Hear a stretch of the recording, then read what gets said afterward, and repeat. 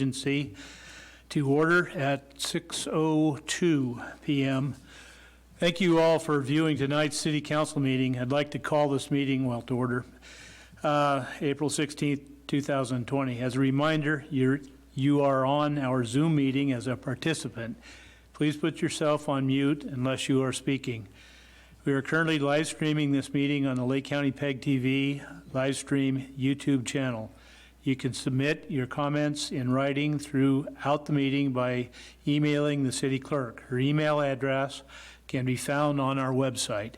You can also submit your comments through our town hall portal, also found on the city's website. To begin, Madam Clerk, can I please have a roll call? Are you there?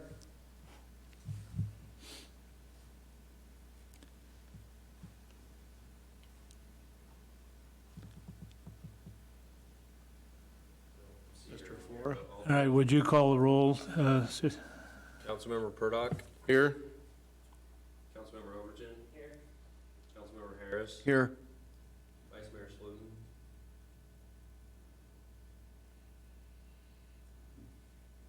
Can you hear Dirk?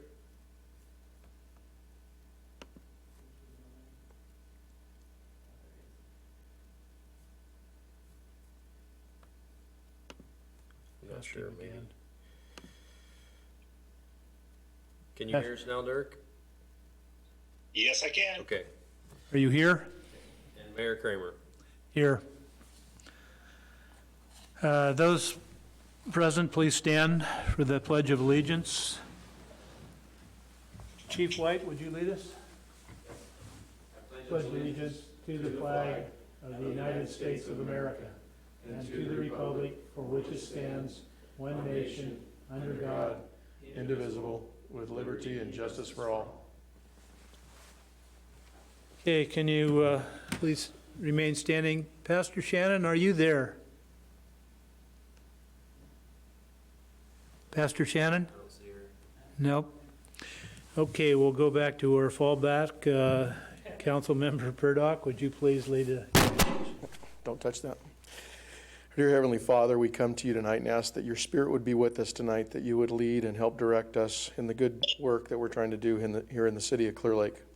We ask that you would be with those who are not able to be with us tonight but are here wanting to see good things come of the city, good leadership, and a good presence for making this city a safer, cleaner, and better place to live.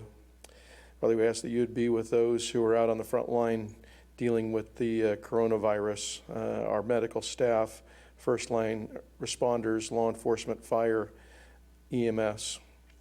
We'd ask that you'd also be with those who are overseas and working with those in impacted countries in those devastated areas. We ask that your comfort and healing would be with them. Father, we ask for all this and give you all the glory through your Son, Jesus Christ. Amen. Amen. Please be seated.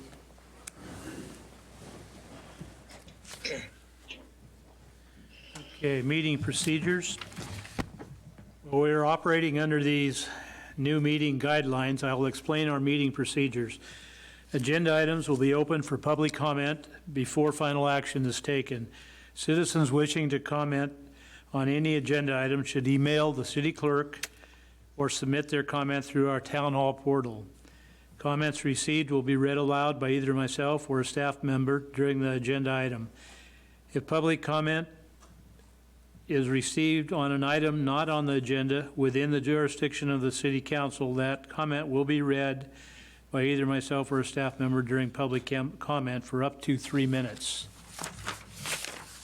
Because we're operating in a virtual setting, I will call on my colleagues one at a time to speak, and I'll start with, to my left, with Councilmember Purdock, Councilmember Harris, Councilmember Overton, Vice Mayor Slotin, and then myself. After council deliberation, I'll call for a roll call vote by the city clerk. If a remote participant encounters technical difficulties, I will ask that we continue discussing the item and the participant can rejoin when the technical difficulty is resolved. Again, if you are a participant who is not speaking, please mute your computer to prevent distractions from the current speaker. Adoption of the agenda. Mr. City Manager, are there any changes to the agenda from your side? Mr. Mayor, I would just request that we take up item number 9 as our first business item, since we have several folks attending the event for that particular. Right. Any modifications from council? Councilmember Purdock? No, sir. Councilmember Harris? Councilmember Overton? Vice Mayor Slotin? Is he gone again? Can you hear us, Vice Mayor Slotin? Yeah, I concur to move item number 9 up Okay. as the first business item. Okay. Okay, and I'm fine with the one modification. So, thank you. Can I have a motion and a second to adopt the agenda as amended? Mr. Mayor, I'd like to make the motion to accept the agenda as submitted with the modification of moving number 9 to our first item to be heard. Thank you, Councilmember Purdock. May we have a second? Second? Second by Councilmember Harris. Thank you. I have a motion and a second to adopt the agenda. Roll call is our city clerk back? Would you handle that, please? City Manager Flora? Councilmember Purdock? Aye. Councilmember Harris? Aye. Councilmember Overton? Aye. Vice Mayor Slotin? Aye. Mayor Kramer? Aye. Motion passes. Mr. Jones, is there any announcement from actions of closed session? No, Mr. Mayor, members of council, there's no reportable action in closed session. Thank you, sir. We'll now move on to presentations. Our first presentation will be of April's adoptable dogs. This will be interesting. I think Chief White, you want to make your introduction? Hops through the Zoom. Yeah. All right, Lieutenant Hobbs? Good evening, members of the council. Tonight we don't have any adoptable dogs, as we only have a few animals in the shelter and none of them are at the point they can be adopted. As far as statistics go, so far this year to date, we have taken 151 dogs into the shelter. 84 of those, or 56%, have gone to rescues. 30 have been returned to their owners. 25 have been adopted. That's 16% of them. 12 have been euthanized, so 8%. So overall, our live release rate is 92%, which is good because to be considered a no-kill shelter, you need to be over 90%. So we're doing pretty good right now. Awesome. Good. Thank you, Lieutenant Hobbs. Any questions? No. Okay, we're moving right along. Thanks again, Lieutenant Hobbs. Our next item, proclamation declaring April 12th through April 18th, 2020 as Public Safety Telecommunicators Week. I'll read the proclamation from here. National Public Safety Telecommunicators Week, April 12th through April 18th, 2020. Whereas emergencies can occur at any time that require police, fire, or emergency medical services, and whereas when an emergency occurs, the prompt response of police officers, firefighters, and paramedics is critical to the protection of life and preservation of property, and whereas the safety of our police officers and firefighters is dependent upon the quality and accuracy of information obtained from citizens who telephone the Clear Lake Police Department Emergency Communications Center, and whereas public safety telecommunicators are the first and most critical contact our citizens have with emergency services, and whereas public safety telecommunicators are the single vital link for our police officers and firefighters by monitoring their activities by radio, providing them information, and ensuring their safety, and whereas public safety telecommunicators of the Clear Lake Police Department have contributed substantially to the apprehension of criminals, suppression of fires, and treatment of patients, and whereas each dispatcher has exhibited compassion, understanding, and professionalism during the performance of their job in the past year. Therefore, be it resolved that the City Council of the City of Clear Lake declares the week of April 12th through 18th, 2020 to be National Public Safety Telecommunicators Week in the City of Clear Lake in honor of the men and women whose diligence and professionalism keep our city and citizens safe. Dated this 16th day of April 2020 and signed by myself as mayor. I will get this to you, Chief White, for presentation to your staff. Thank you. I think we'll do the consent agenda first. I think we have our clerk back, so if you. Oh, all right, so we will, then we'll move on to public comment first. Public comment will be accepted via email and through the city's town hall portal prior to the start of the meeting. Each public comment emailed to the city clerk will be read aloud by the mayor or a member of the staff for up to 3 minutes, or will be displayed on the screen. Public comment, emails, and town hall submissions which are received after the beginning of the meeting will not be included in the record. Madam Clerk, can you hear me? Yes, I can hear you. Have you received any Good public evening. comment? We do have one public comment. Would you like to read it? The commenter did not leave their name, but they did state, citizens should be allowed to interact with the council, yet the meetings are one way. And that concludes their statement. Okay, thank you, Madam Clerk. No other comments. We'll move on to the consent agenda. Consent agenda is, all items listed under the consent agenda are considered to be routine in nature and will be approved by one motion. There will be no separate discussion of these items unless a member of the council or audience requests otherwise, or if staff has requested a change under adoption of the agenda, in which case item will be removed for separate consideration. Any item so removed will be taken up following the motion to approve the consent agenda. I'll now ask each council member if there are any requests to take separate discussion on consent agenda items. Council Member Purdock. No, sir. Council Member Harris. No. Council Member Overton. No, sir. Vice Mayor Slotin. No. And none from me. Make a motion to accept the consent agenda as submitted. I'll second. Motion's been made by Council Member Purdock, and did I hear a second? Joyce. And seconded by Council Member Overton. Madam Clerk, could you take a roll call, please? Councilmember Overton, Aye. Councilmember Harris, Aye. Councilmember Purdock, Aye. Vice Mayor Slutin, Aye. Mayor Kramer. Aye. Motion passes. Okay.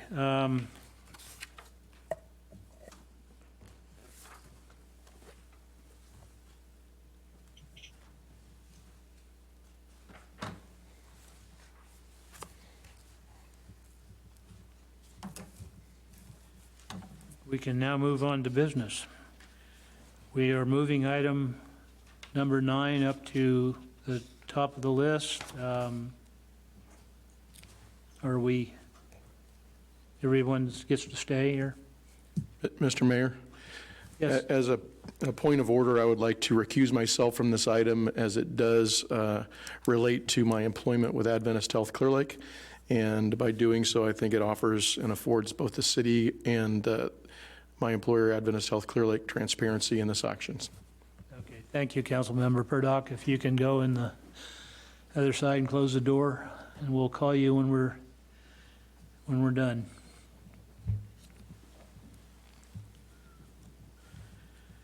Okay, to begin with, comments on agenda items will be accepted via email and through the city's town hall portal. If you would like to comment remotely, please send comments via email to the city clerk or via the city's new town hall portal found on the city's website. Identify the subject you wish to comment on in your email subject line or in your online town hall submission. Each comment emailed to the city clerk will be read aloud by myself or a member of staff for up to 3 minutes, or will be displayed on the screen. Emailed comments and town hall submissions on each item will be accepted after the start of the meeting, but before I announce that public comment for that item is closed. Emails and town hall submissions received after the closing of public comment for each item will not be included in the record.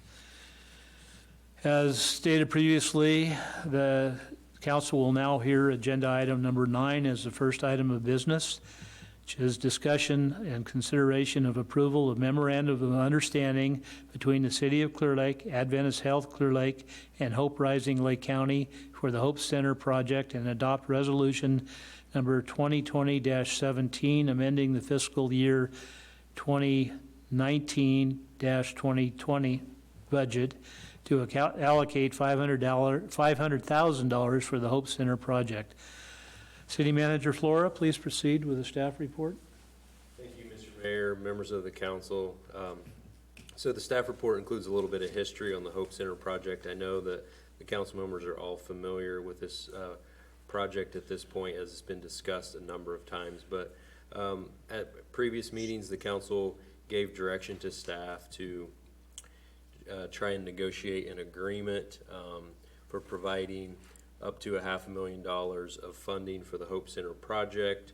And some of the direction that was given was that there be some agreement that would provide some sort of security for the city's investment in this project. And so I've had a number of discussions with several of the partners involved, including the Hope Rising organization, some folks at the county, and of course Adventist Health Clear Lake. And so before you tonight is a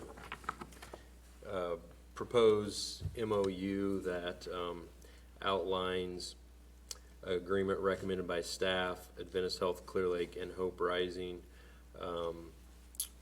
for consideration by the council. So just to quickly go over the deal points here. One, the City of Clear Lake would provide $500,000 from a fund that we refer to as Series B funds. So these are leftover bond funds from our redevelopment agency that are required to be used for low and moderate income housing projects. The Hope Center provides a number of services for homeless individuals, including some housing on site, and so we feel that it is appropriate use of those funds in this particular case. And so then the main point of the MOU is kind of based off of the agreement that currently exists between Adventist Health and Partnership Health Plan, which has provided the bulk of the funding thus far to get the project as far as long as it has been. And the basis of that agreement and this agreement is that the funding would be provided to Adventist Health, and then Adventist Health is committing to ensuring that the Hope Center facility is operated for 15 years from the date of occupancy. Additionally, if you look at point C in the MOU, Hope Rising Lake County, technically the organization's name is Hope is Rising Lake County, agreed to show preference to homeless residents of Clear Lake who are ready and willing to accept Hope Center housing agreements, although it would be open to homeless individuals from Lake County, not just the City of Clear Lake. And then just some clarification that after providing the funding, the City of Clear Lake would not be an owner or have any role in the operation of the Hope Center. So the Partnership Health Plan Agreement, which is several pages, is included in an attachment, which hopefully you've had a chance to review. In addition, several letters of support were provided by Hope Rising. There is some budget tables in there that show kind of the other funding sources that would be needed to complete this project. And then I know that there's a variety of folks on the line that are interested in providing some comment. Okay. Do we want to start with Who's I going would first? recommend that, I know at least Shelley Trombo, has a few slides that she would like to present to the council, so maybe we could start with that and then see who else, on the line wants to provide comment. All right, Shelley, haven't talked to you in a while. Can you hear us? I can. Hi, everyone. There you go. It's great to see all of your names, if not your faces. Well, we can see your face, and you look great. Can you? Oh, I better make sure I'm looking okay then. I am going to share my screen. It looks like the host has disabled screen sharing, so you might have a button you have to click on your end.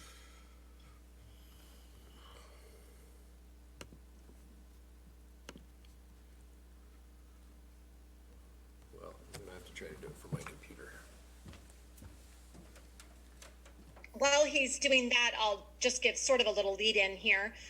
The premise of the few slides that I've prepared were in response to some additional questions around data that indicates verified outcomes for some of the existing work going on in Lake County, especially through project restoration. So I prepared a few slides of that and some context around that and how I believe that impacts and applies to the Hope Center proposal and recommendations. So that's a little bit of a precursor introduction to what I'm going to share. And I'll pause.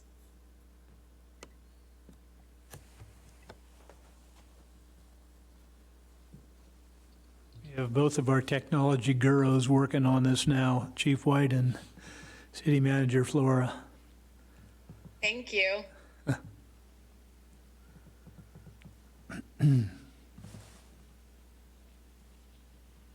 It seems like we're all getting a big crash course in all of this digital meeting stuff, but a day doesn't go by yet where we don't have something new that we're learning.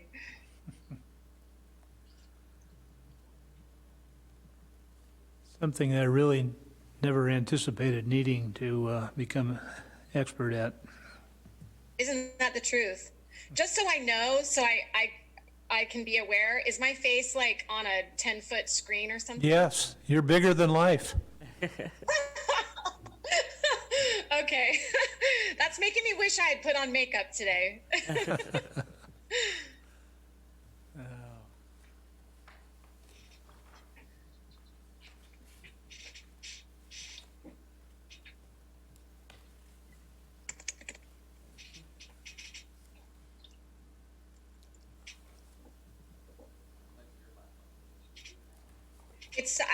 I don't know if this is helpful. I just Googled sharing, click the share screen button located in your meeting toolbar. No, the settings have been changed, but I think unless we reboot the whole meeting, it's not going to update the settings, unfortunately.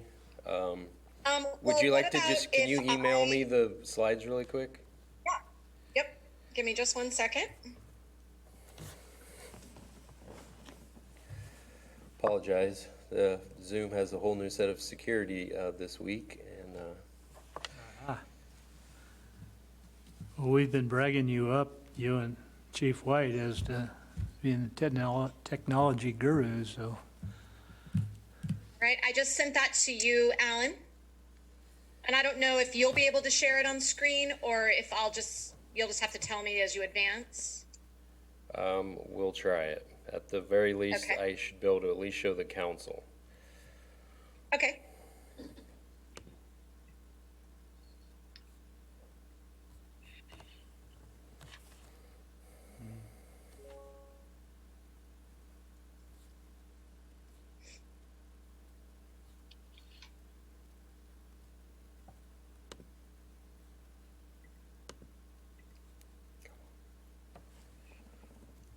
There we go.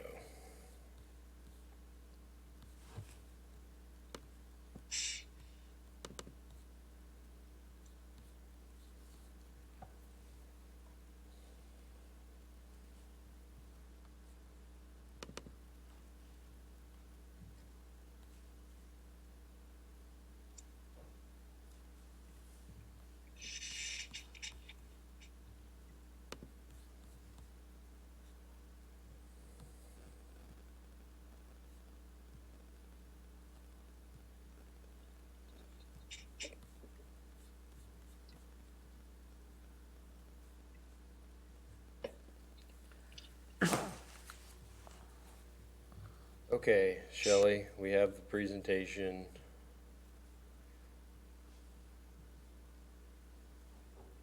Okay, it's On the showing screen. to the council members. Yes. I apologize that, except for Vice Mayor Slutin. But I guess, I don't know, this is the best we can do without restarting the meeting, so my suggestion is we Of course. proceed. No problem. Maybe you can email those slides to me. Sure. Sure. Give me Yeah. just 1 second and I'll do that. Well, you as go ahead, well. Shelley, I'll forward it to him. Oh, okay, great. Excellent. Okay, well, I'll do a little bit more maybe reading of some content just so that those who are just listening have a little bit more context. So I'm beginning, as I said, with a little information around verifying the data and the outcomes for project restoration specifically, as that was one of the requests that was made. So probably our most significant verification of outcomes comes through the Journal of Interprofessional Education and Practice. This is a peer-reviewed journal that we were very excited to be published in last year. It's been highlighted as a promising practice in that publication. That was slide 2. Sorry, I didn't tell you that. As you move on to slide 3, I highlight some of the data that was verified in that peer-reviewed research article. So this was a peer-reviewed process takes place where anonymous leaders from around the nation and experts in this work actually review your data collection processes and verify the outcomes that were achieved. So they believe that the collaborative approach to project restoration achieved a 44% reduction in hospital utilization, an 83% reduction in community response system usage, and a 71% overall reduction in costs for the population. And again, that was verified by reviewing previous data, post data, interim, and post, excuse me. Additionally, they identified that the approach was an effective way to stabilize care, decrease healthcare and community system overutilization, improve care delivery, and reduce the costs of associated care. On slide 4, I highlight some additional nationally respected organizations who have recognized the work in Lake County and project restoration as a promising practice. And that includes Robert Wood Johnson Foundation, who have come for a 3-day tour of our practice to embed it in their recommendation reports, as well as the Association for Community Health Improvement, the Institute for Healthcare Improvement, IHI, Root Cause Correlation, the Schwartz Center for Compassionate Healthcare, the Commonwealth, Journal for Interprofessional Education and Practice, and the National Center for Complex Health and Social Needs. So really, Lake County is being heralded as an innovator in this space, and they are excitedly watching our work and what the next phase of that work is. And that leads to the next slide, where I want to emphasize that Lake County's well-being journey is not going to be successful because of one organization or one initiative. So Adventist Health alone or Project Restoration is not sufficient. Project Restoration is an excellent component of a full spectrum strategy, but it's not enough.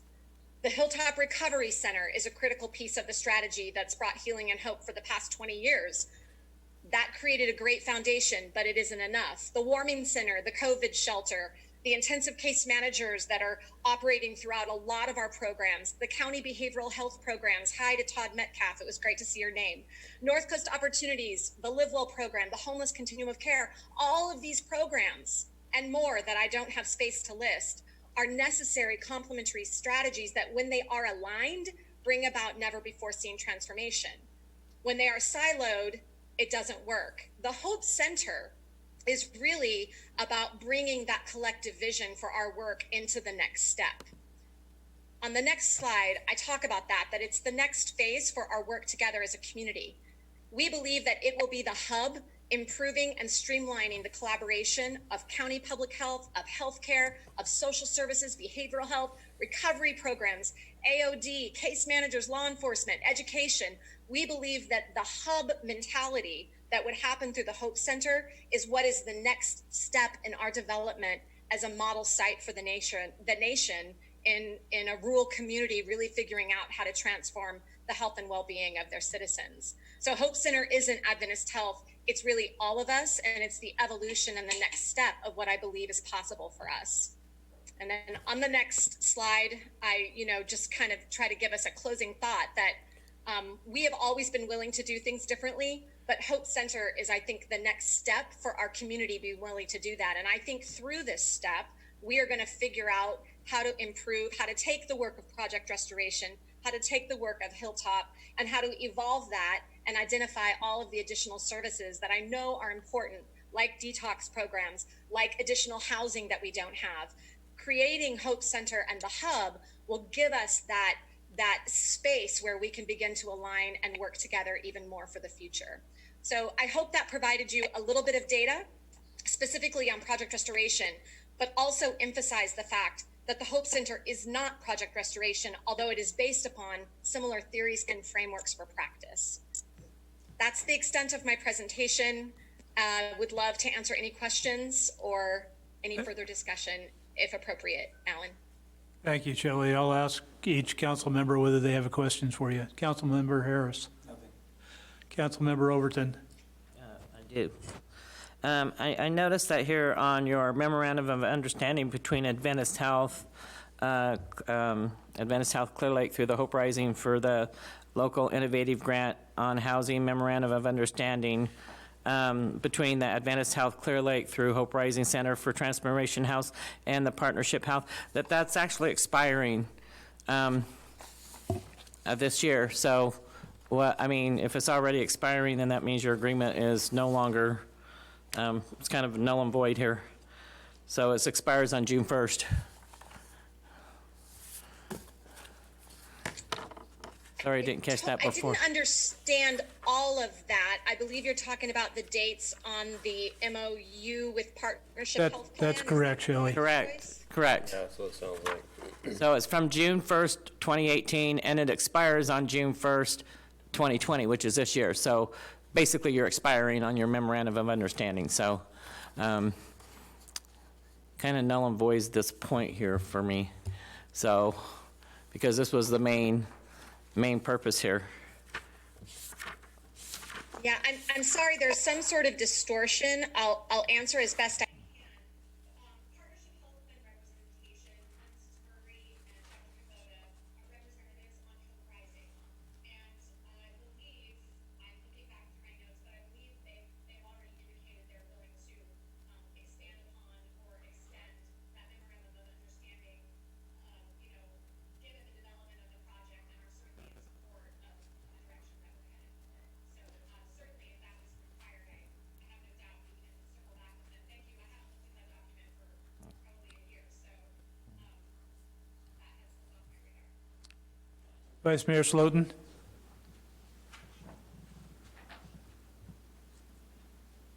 Vice Mayor Slotin, do you have questions?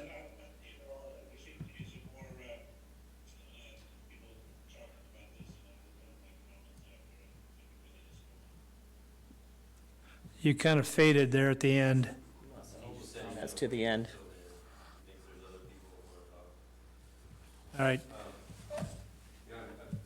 Flipping through the documents here, and I see the document that you're referring to. I obviously wasn't part of any of this originally, but if you flip back in your packet a few more pages, the actual, I think that was an earlier document, and this document here,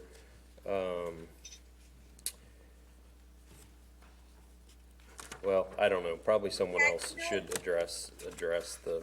You know what, Alan? I think I know the MOU Joyce is referring to was indicating the build and opened date of Hope Center.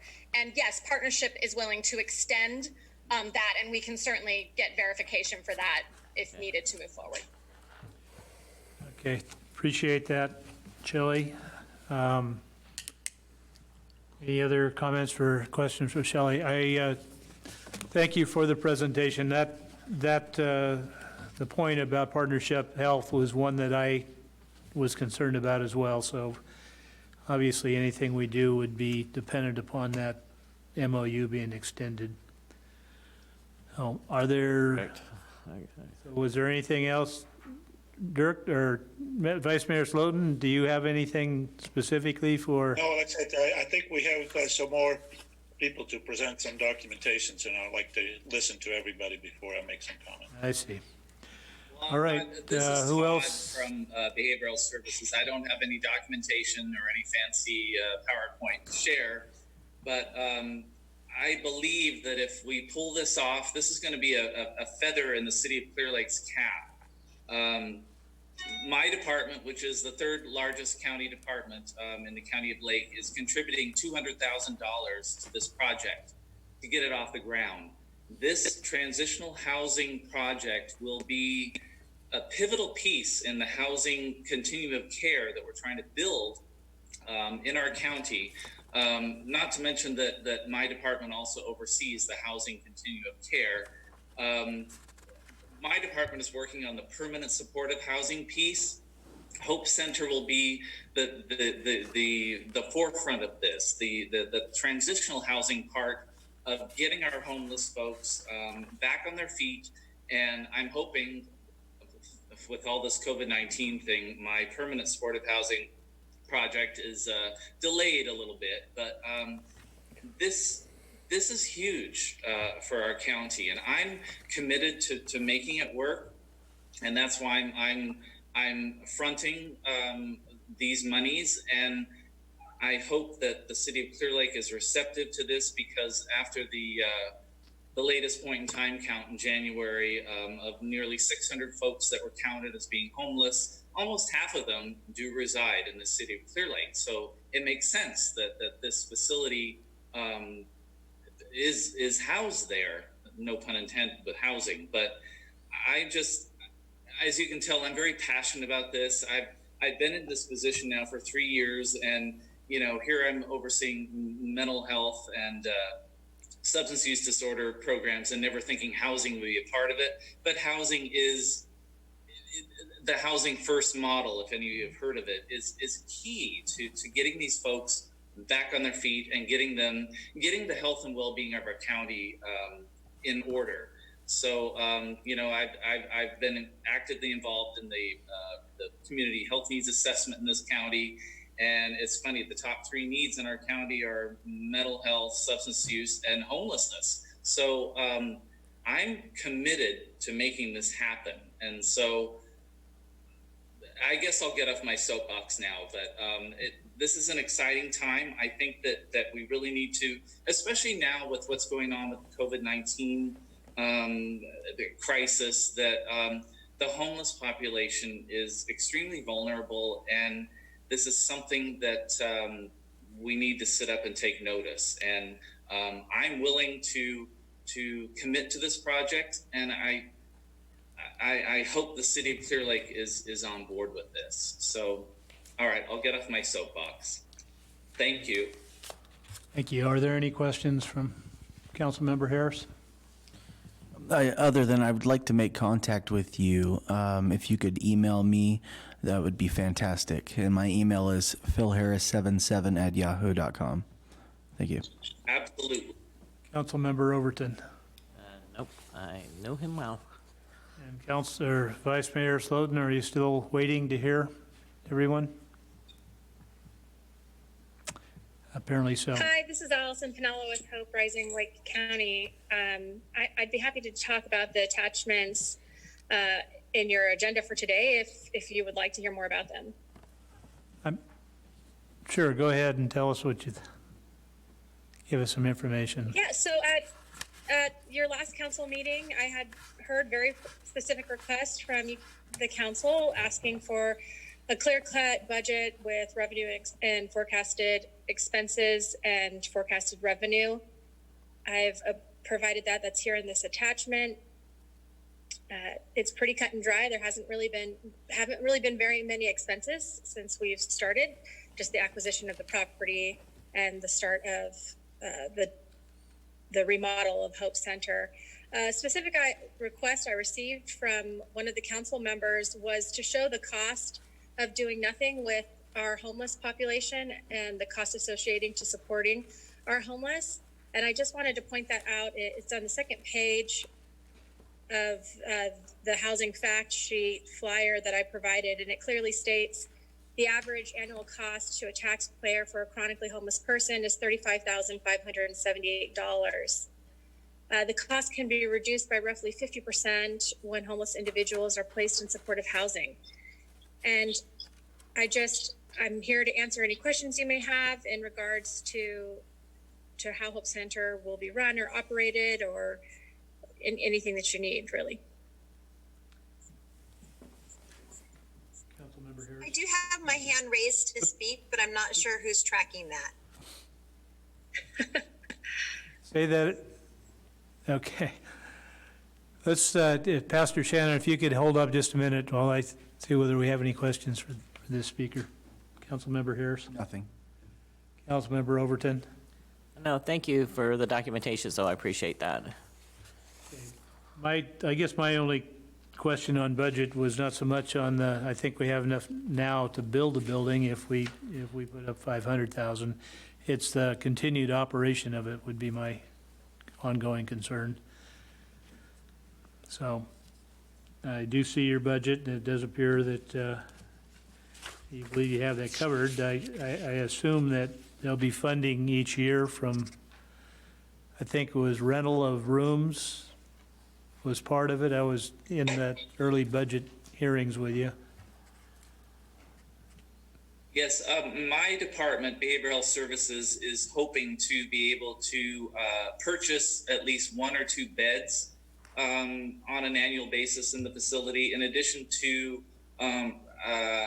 housing staff there, renting office space. So that would certainly be a contribution to any ongoing operating costs of the facility.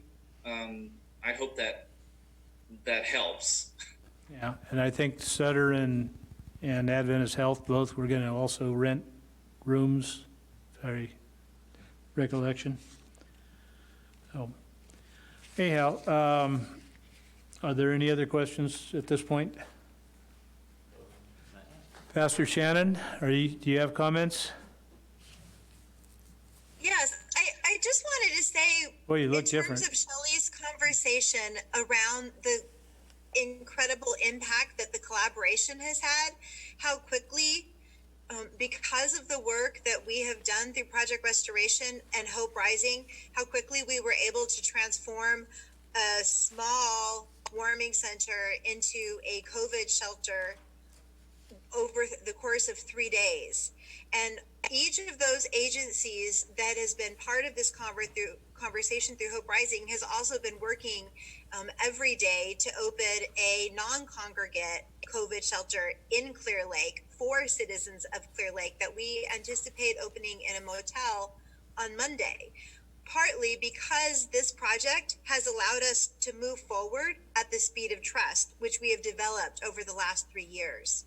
Then the other piece that I wanted to add was Shelley spoke in terms of decreased emergency department usage and decreased interaction with law enforcement. But I want to speak in terms of increased community participation. In the HUD definition of transitional housing, you can anticipate someone to stay up to 2 years in a transitional program. So Project Restoration, going by that version, you would think that we would have fewer folks than we have. And yet we've had, of our 51 clients coming through over the course of the last 2.5 years, 21 of them have become sustainably housed. One became a homeowner in Clear Lake. And you might think, okay, well, what difference does 20 people make? But look at your screen right now. We are fewer than 20 people, and we represent this community in a way that is changing our community, not only decreasing emergency visits, not only decreasing law enforcement interaction, but increasing community wellness and our capacity to work together and be present for our community. And I wanted to just add that these are real people. Today on Facebook, the City of Lakeport Police Department posted a photograph of a woman who 2 weeks ago was on the streets, drug comatose practically, and for 2 weeks living in a COVID shelter. She's clean and contributing to helping serve other people.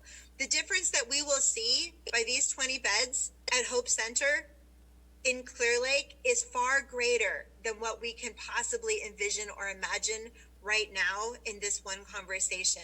And I want to share that piece of the vision and excitement, because we're already seeing the fruit of it in the collaborations around the county. Thank you, Pastor Shannon. Mr. Sanos, did I see you pop up? Mr. Sanos? Guess he didn't want to talk. Is there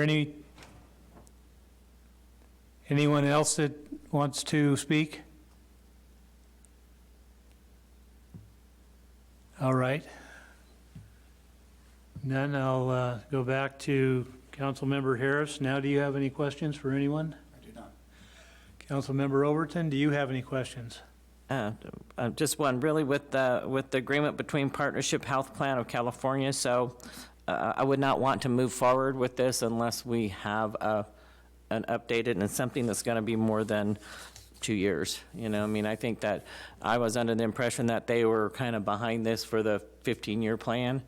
So somewhere along the line, the incentive for this here is kind of depleted with this not having that kind of a long agreement. 2-year agreement was, I felt like maybe a little misrepresentation here to us at the beginning. So is there going to be a longer term plan for this? I don't know who's in there that's going to hear me that can answer this. For the Partnership Health Plan of California, is there going to be a longer plan here, longer agreement? This is Shelley. I can speak to the reason there was a short timeline on that. The original dollars that we received from Partnership Health Plan to purchase the building and provide this initial build was a formal grant application process. And their commitment to the initiative was I think it was $1.3 million for the purchase of the property, for capital improvements, and the launch of the initiative. As a Hope Rising board members, they are voting and supportive for the ongoing engagement of Hope Rising into the Hope Center, no doubt. Their specific financial contributions, though, Councilmember Overton, you're correct. Their commitment was the grant, the $1.3 million grant that we received. Okay. And that they have not continued, they haven't finished paying out those dollars because we have still been working on improvements to the building. So there's no doubt we can get an extension on the expense of the grant, and they will continue to stay involved in informing the practice and utilization of the facility through their committed role at Hope Rising on the board. Okay. All right, and so thank you very much. But I think I'd want to see some documents if this is approved before we hand over Sure. any funding. All right. Definitely. Thank you. Okay, Vice Mayor Slotin, do you have any questions? Are you? I see David back on. Maybe David has some additional. David, I was reaching for you earlier. Do you have anything to say, Mr. Sanos? Can you hear us? You're muted, David. Oh, okay.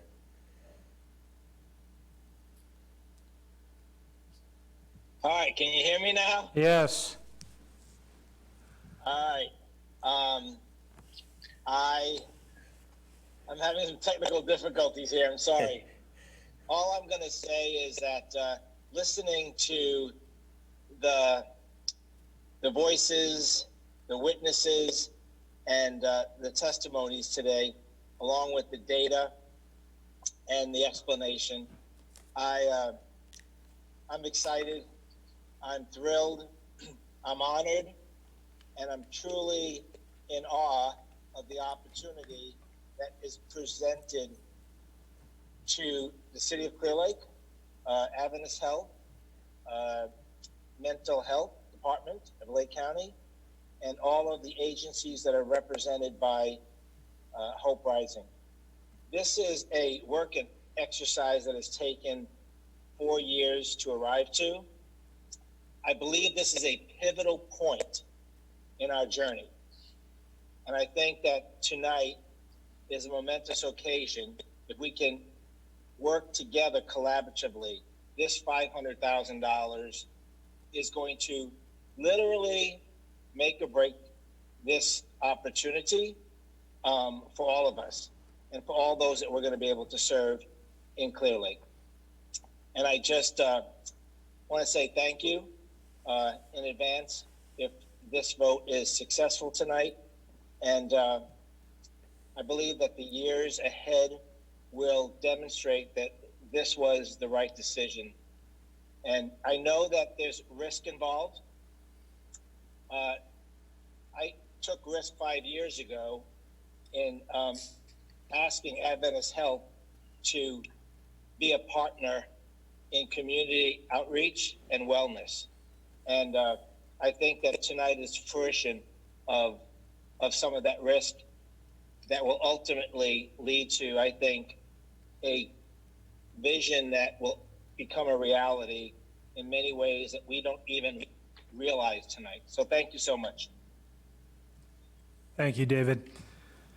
Vice Mayor Slotin.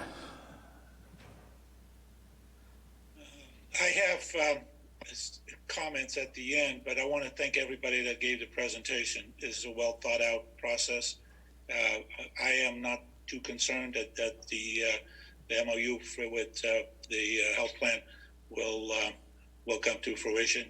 I think we have a moral obligation here to deal with this issue of homelessness within the city. It's the statistics show that we have a tremendous amount of people. I visited some of them during the point in time counts, and the program is well organized.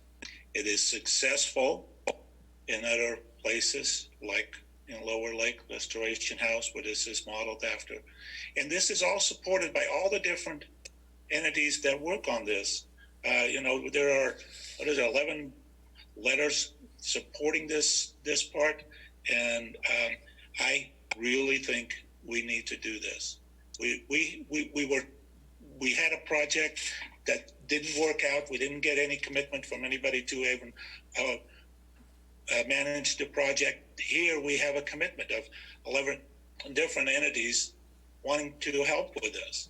We need to deal with this. We can't just shove it down the road again and wait for another year or of another opportunity. We have no other place to do that, and this is a moral obligation to do this. Vice Mayor I'm very passionate about this. Vice Mayor Slotin, I think you got a little ahead of yourself there. We're in the question side of this, but I have no questions on the just a comment. I do agree with you. Are there any other questions before going to public comment? All right, Madam Clerk, are there any public comments on this item? Mr. Mayor, I have not received any public comments on this item. Okay, thank you, Madam Clerk. Public comments are closed. I'll now ask each council member if they have any comments for deliberation on this item. Councilmember Harris. The only comment I would make is that our community is obviously plagued with multiple issues, and the homeless population is definitely one of the biggest issues we face.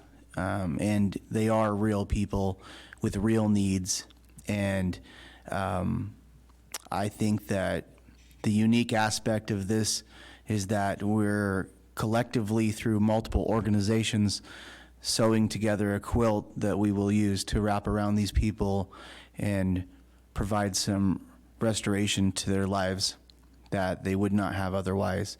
And I think this is God's work, and I think it's very important for us to move forward with this. And I would like to be the one to make the motion when it comes time. Very eloquent. Councilmember Overton. Well, that was put very well, Councilmember Harris. I agree that I love seeing all the different partnerships that have come together for this. I our job here is, of course, I have worked with the homeless since before I was on council. 25 years ago, I tried to get people in the county to realize that it was needed here, and nobody wanted to listen. It takes a long time for somebody to keep talking, and then other people pick up, and finally things are starting to move forward. It always amazes me that it takes so long for things to start moving in any community.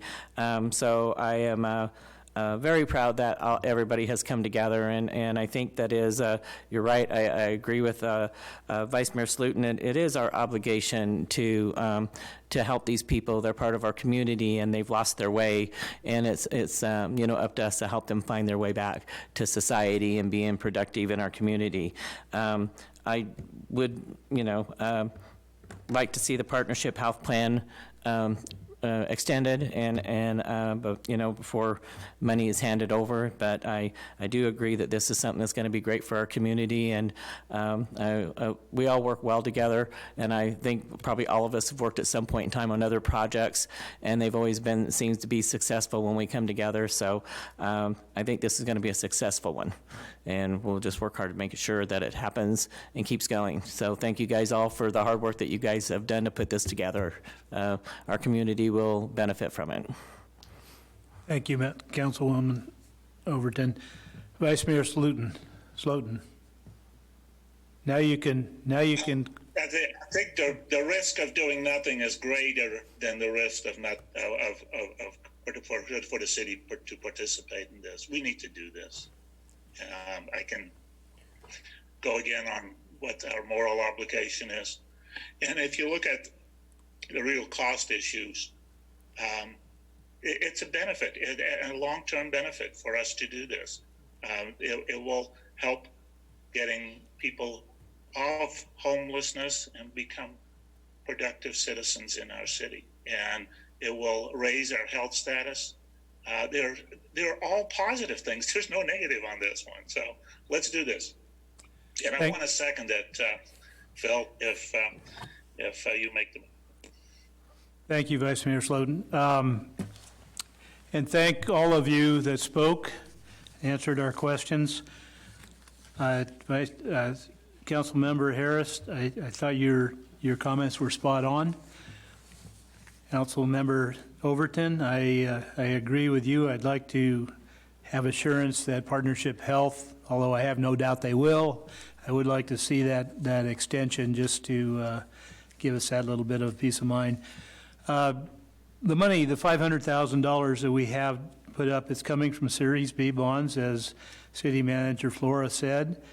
It's specifically for low and moderate income housing. It fits the model. It's a great use for it. I supported this when I was on the committee before I stepped down from it. I still support it. I think this Hope Center needs to get completed, and I am certainly in favor of voting for us to fund that $500,000.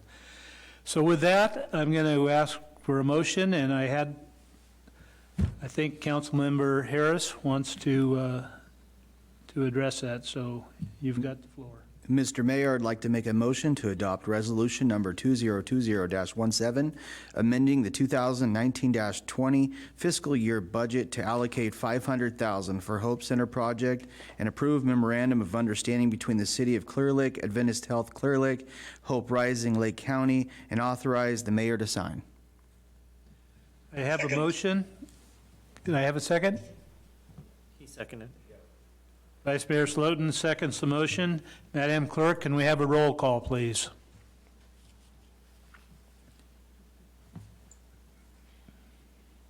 Councilmember Overton. Aye. Councilmember Harris. Aye. Vice Mayor Slotin. Aye. And Mayor Kramer. Aye. Motion passes. Councilmember is absent from this item. Pardon me? Purdock is absent from this item. Councilmember Purdock is absent from this item. I'm sorry, he's asked, okay. Was You'll absent be from happy. this particular item. So. All right, I think we can actually ask Thanks, guys. ask him to come back in the room. Again, everybody that's on, thank you very much for your comments. As Vice Mayor Slotin said, the overwhelming support, letters of support were helpful to all of us. And the reassurance that all of the support is going to be continuing for the 15 years or more of this project. I guess Councilmember, go ahead. Just saying thank you. Okay. Councilmember Purdock, I guess you got the good news. Thank you all. Now that we're done, we'll go back to, I guess, item number 6. Award of construction contract for animal control facility improvement project. Is that going to be Chief White? Yes, Mayor. Good evening, Mayor, members of the council.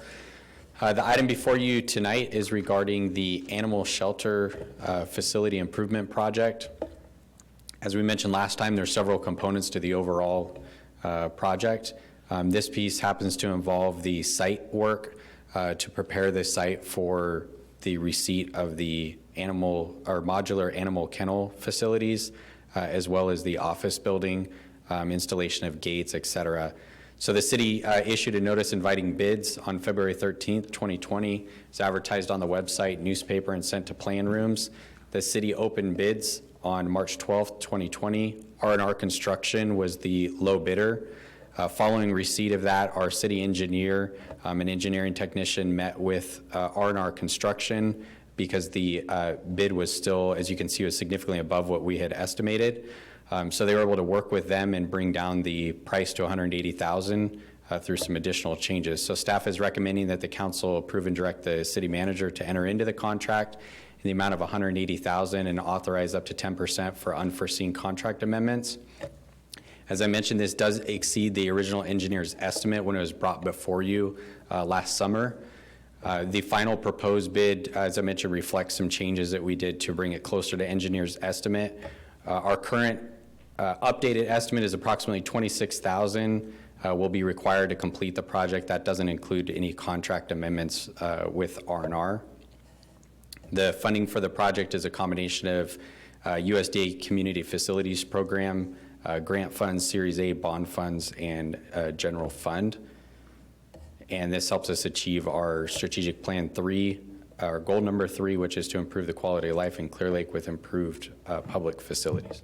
That I'd be happy to answer any questions, and I believe our city engineer is also on for any technical questions. Thank you, Chief White. Councilmember Purdock, do you have questions? No, sir. Councilmember Harris, do you have questions? No questions.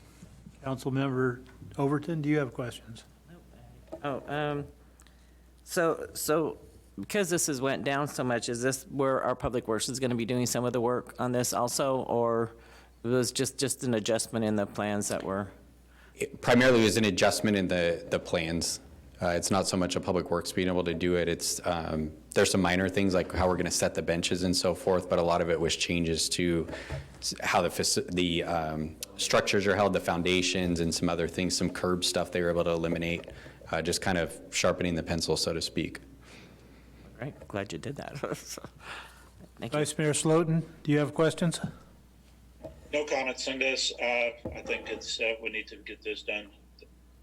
Thank you.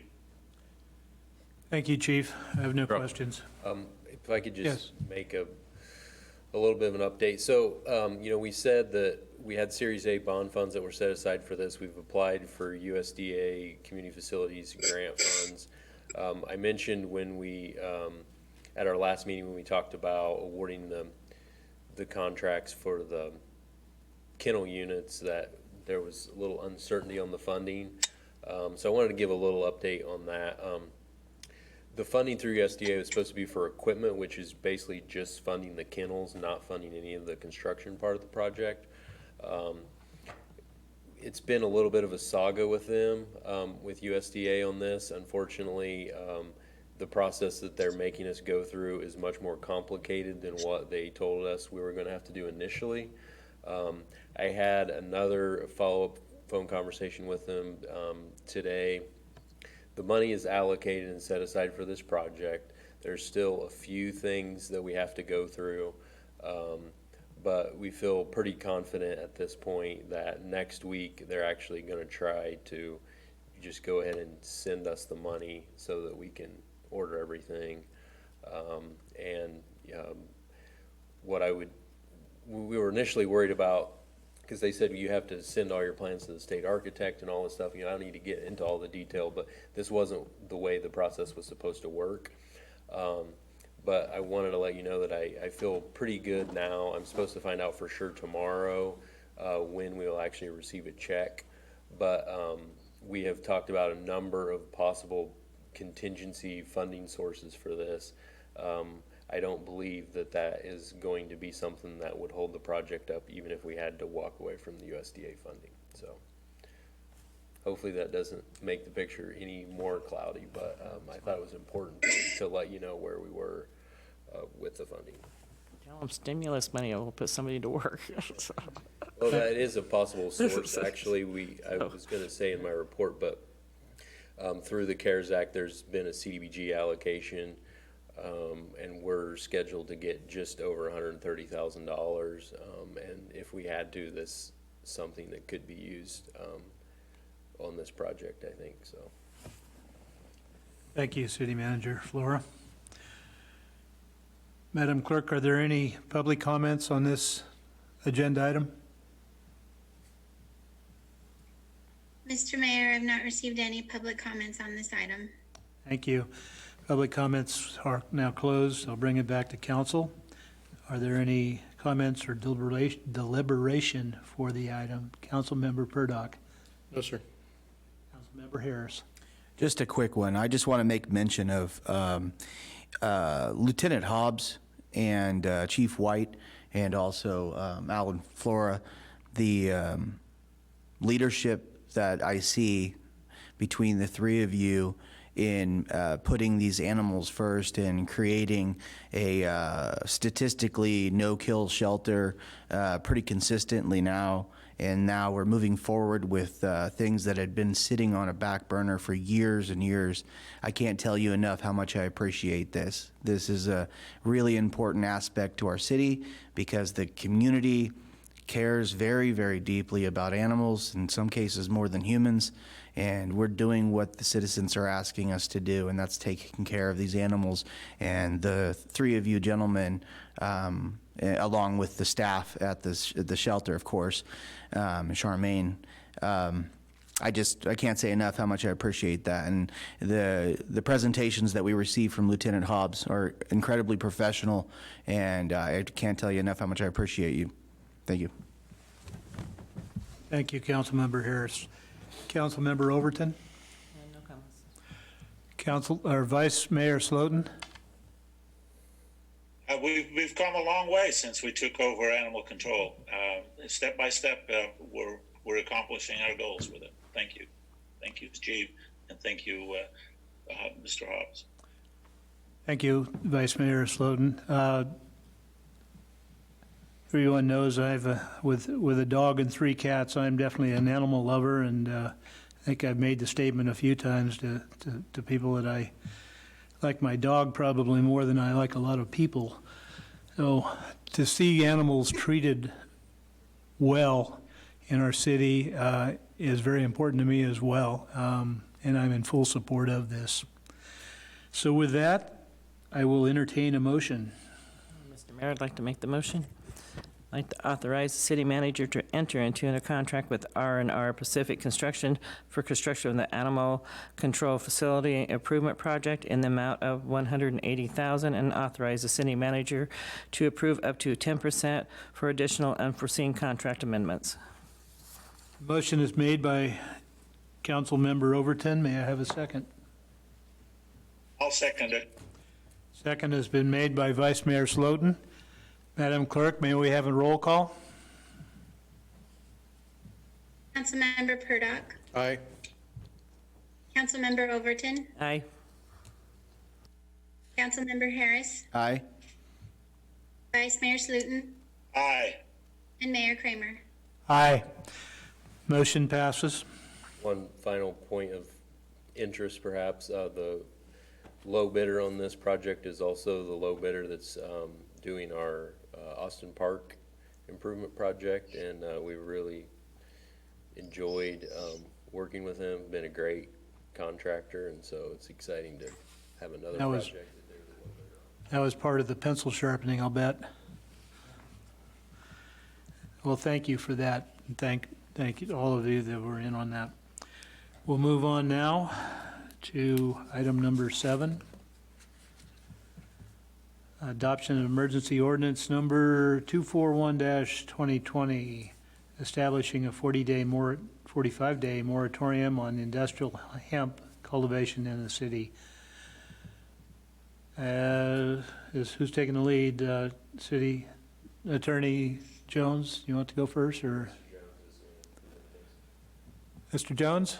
Good evening. Yes, thank you, Mayor Kramer and members of the council. This was a discussion the council had preliminarily last meeting about direction on how it wanted to go with regard to industrial hemp. As the council's aware, we don't have any regulations on the books. We certainly have a commercial cannabis cultivation ordinance, but there was some concern expressed as to things like odor and security and maybe cross-pollination of the different plants. And in the meantime, while we create that ordinance, that regulatory scheme, which will take time, it's got to go through an ad hoc committee, go through planning commission, and then on to first and second reading of city council. Staff and the council, at least at the last meeting, directed us to move forward with a moratorium to prohibit growing industrial hemp for the next 45 days at least. That's what the code allows us to do, and we think that is wise because it holds in place something we are continuing to investigate and figure out what is best for our community with regard to regulating, assuming we're going to regulate, but we'll see as this whole process unveils what kind of regulation that's going to be. So this action will require a 4/5 vote. It would become immediately effective. And as I mentioned, it's something we'd have to renew as a council 45 days from tonight should this vote pass. And that's my report. If there's any questions, feel free to ask. Thank you. Councilmember Purdock, do you have any questions? No, sir. Councilmember Harris, do you have any questions? Councilmember Overton, do you have any questions? Vice Mayor Slotin, do you have any questions? No questions. And I have no questions. I think it's pretty clear. Public comment, Madam Clerk? Are there any public comment? Comment on this one. Okay, thank you, Madam Clerk. We'll close public comments and bring this back to council. Mayor, just promoted you. Councilmember Purdock, do you have any No, sir. comments? Councilmember Harris?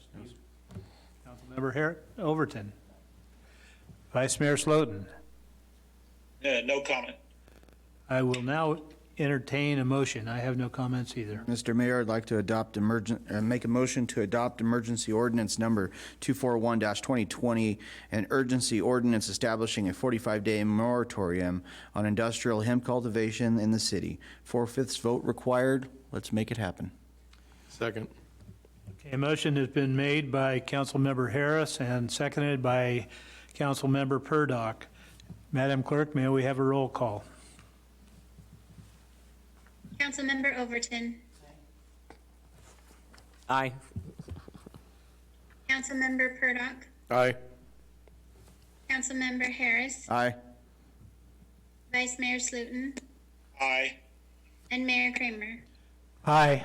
Motion passes. Moving right along. Item number 8, consideration of establishment of an industrial hemp cultivation ad hoc committee.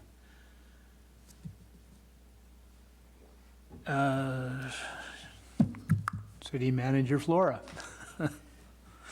You want Sure. So Mayor Kramer has made some recommended appointments for the committee, so I will go over those and then we can take it from there. So Mayor Kramer has recommended the appointment of himself, Vice Mayor Slotin, Planning Commissioner Bean, Planning Commissioner appointee Aaron McCarrick, Dan Griffin, David Hughes, and Natasha Sokolowski. And so I don't know if there's anything you want to add to your thoughts on establishment of the committee.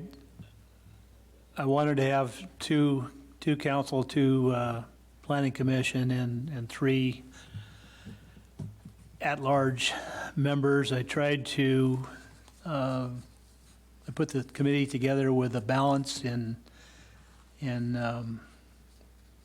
philosophies.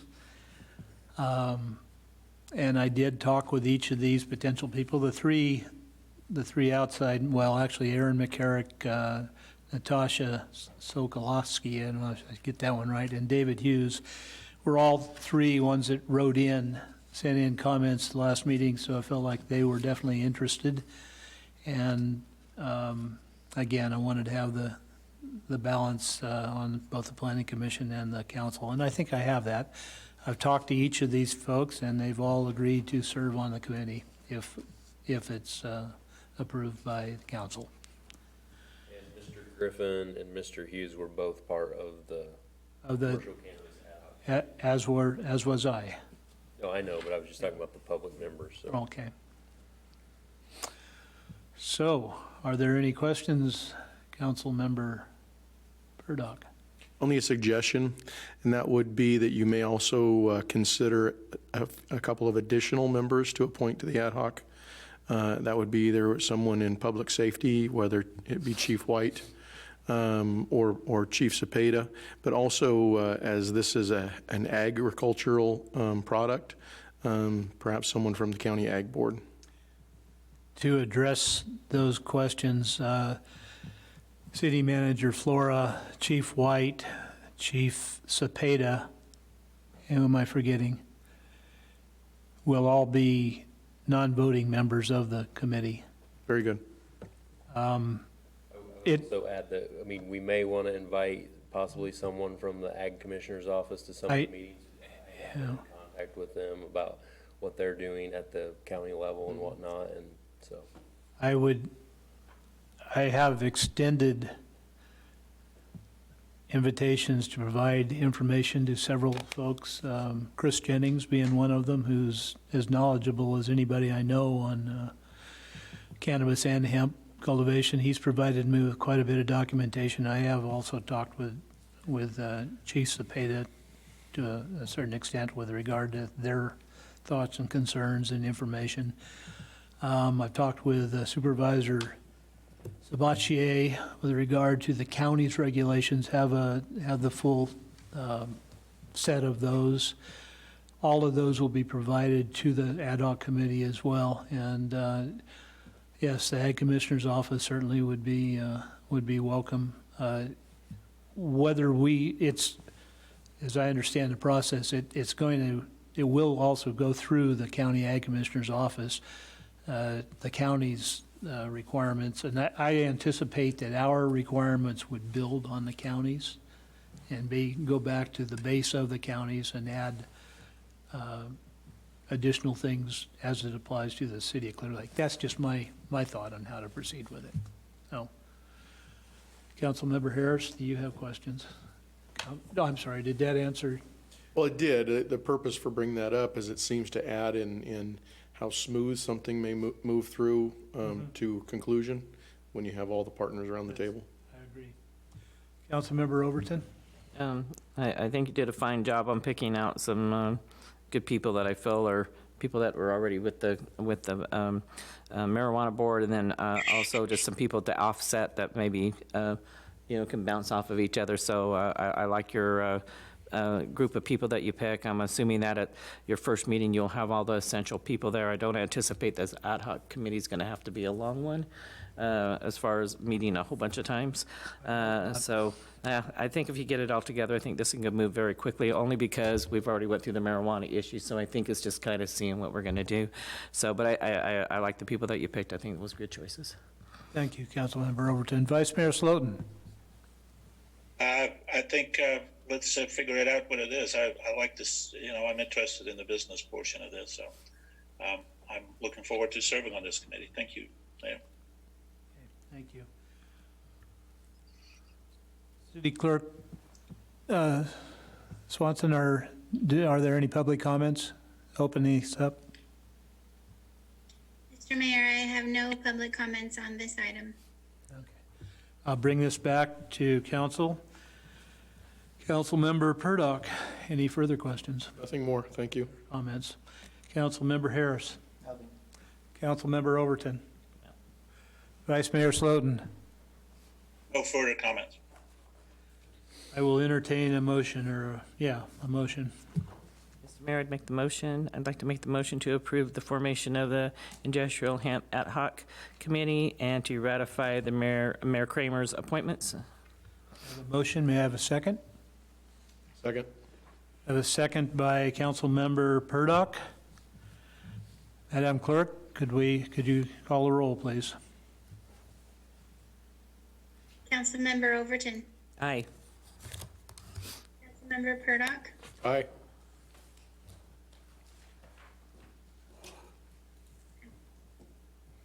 He said aye. He said aye. Councilmembers Harris. Aye.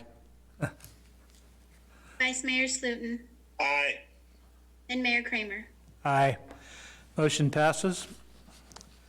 I thank you all for your confidence in me to pick a good committee. I think we have a good committee, and hopefully we'll get this done very quickly. Moving on to item number 9, discussion and consideration of approval of memorandum of understanding between the City of Clear Lake Adventist Health. Whoops, I take that back. We did that one already. Yeah, let's, Why did you not stop me earlier? You were enjoying them, weren't you? We were. That's your Vice I'll Mayor's. go back through that one. All right, consideration of, item number 10, consideration of resolution 2020-16 to adopt a list of approved projects for submission to California Transportation Committee for funding pursuant to SB 1. Mr. Flora. So I'll make just a brief comment and then turn over to our city engineer. This is something that's required to be done before May 1st of each year. Projects on this list qualify for SB 1 funding in the following 1-year period. This is one of those deadlines that was extended due to COVID, but no reason to delay things that we can still accomplish. So we're ready to move forward and submit this list on time. So with that, I'll turn it over to City Engineer Schwartz. You're on, Yeah, Schwartz. can you guys hear me okay? Yes. All right, great. Yeah, so we put together a list of 5 projects. We put together around 5 projects every year. What we do is we provide project description, some scheduling, hopeful scheduling, and some estimates and useful life of the projects, and then we submit these projects through the state portal. I think 4 of these 5 projects are resubmittals from previous years. The city gets around $200,000 a year from SB1. Is that right, Alan? Well, yeah, previously it's been $100,000 a year, but you're allowed to borrow the following year's funding, which is why you're thinking $200,000, because that's what we used for the Civic Center project. Now that funding was supposed to double this year to $200,000 per year, although I would just add an asterisk to that due to the COVID situation and the impact on sales tax. I was on a webinar earlier today, and I'll talk a little bit more about it during my report, but it's extremely likely that those numbers are going to be dramatically impacted in the coming years. Yeah, you're probably right. So, any more good news? No. So the projects that we have, we relisted them. Project number 1, the Modoc and 2nd Street pavement rehabilitation. We have that targeted on it's targeted on the pavement management plan. It's also on our Measure B project list. Dam Road roundabout is actually a STIP-funded project. The reason we have it listed is because with $100,000 or even $200,000, that's not really enough to do a quote-unquote full project. So what we do is we try to take those funds and combine them and leverage them. That's why we have the Dam Road Roundabout on there. Same for Highlands Park frontage. That's a project that once we're done with Austin Park, we have plans and specs done for that frontage project there. And so we could possibly leverage that with some other monies that we might receive on Lake Shore from other sources. The Airport Regional Connector Improvements Project is an APC project. And then the San Joaquin Drainage Improvements, again, is noted on our pavement management plan and Measure V. So that's kind of how we come up with those projects. Previously, I'm just kind of reviewing where they come from and how we determine them. With that, I have nothing further and answer any questions if you have. Thank you, Mr. Schwartz. Councilmember Purdock, do you have questions? No. Councilmember Harris, do you have Nothing. questions? Councilmember Overton. I on the roundabout, is it cost $4.6 million to do a roundabout?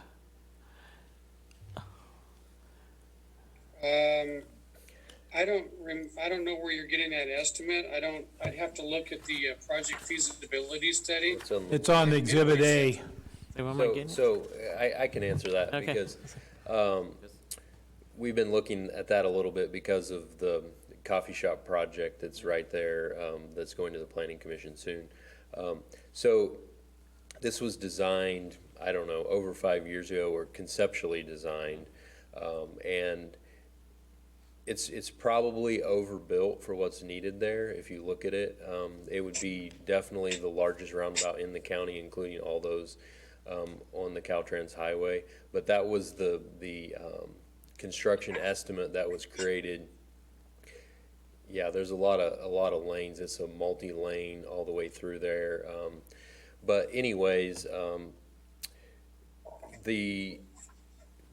it's so early in the process that there actually needs to be, some actual design work done. It may not need to be as large as what was there, but it is listed as I think the number 3 regional transportation priority in Lake County, and so that would come with the bulk of that funding is expected to come through the STIP funding, as the city engineer mentioned.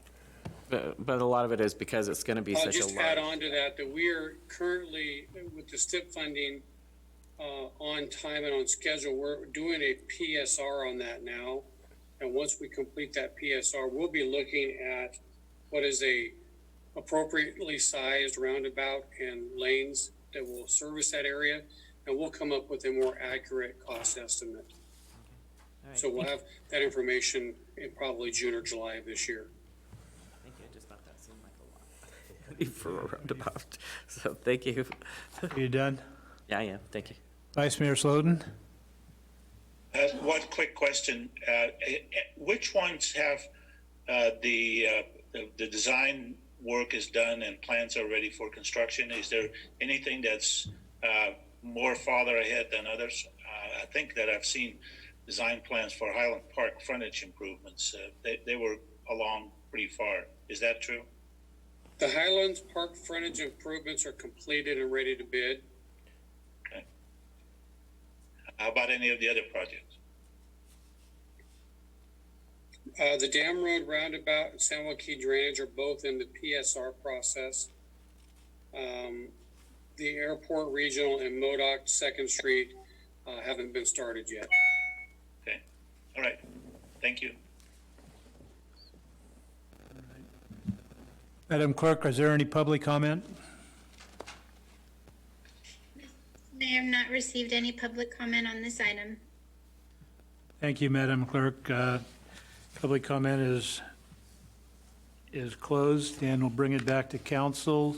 Mayor, do it again. I don't know, Councilman Burdock. It works for me. I am sure. Do you No, I have have no comments. no comments? Councilmember Harris. Just a quick question. Does the current situation with COVID-19 affect the outcome of PSRs?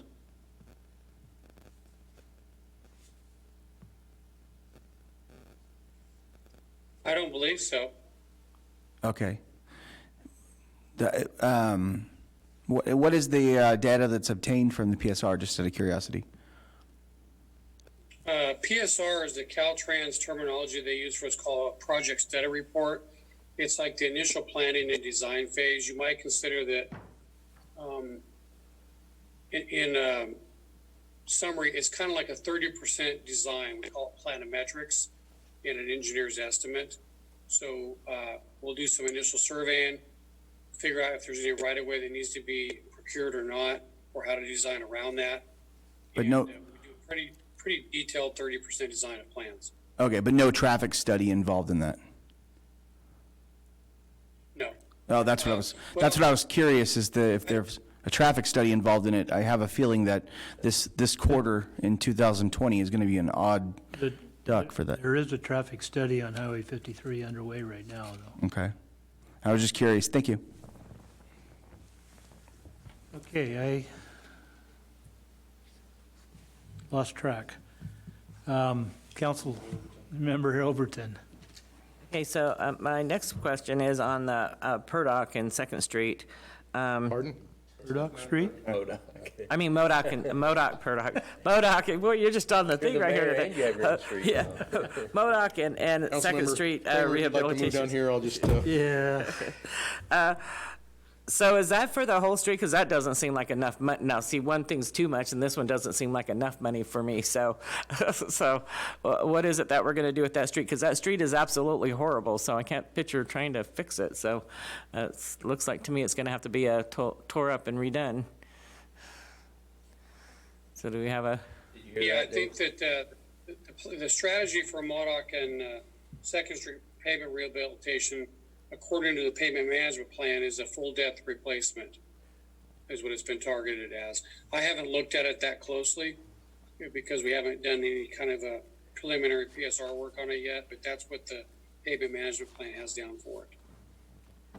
Because I have a feeling this money isn't going to be enough for that. I mean, Well, but I mean, so how do we... the reality is, I mean, there's nothing that holds Nothing's you good. to these budget numbers. They just want an idea of. They just want something in place. Okay, all right. Vice Mayor Sloden? And again, the motivation here is that's also on the Measure V list, so we may be able to leverage the SB1 funds with Measure V funds, or anything else that we could apply for HSIP or ATP, and try to have the monies go farther or be more competitive by being able to provide a match. Thank you. Vice Mayor Sloden? Any last comments?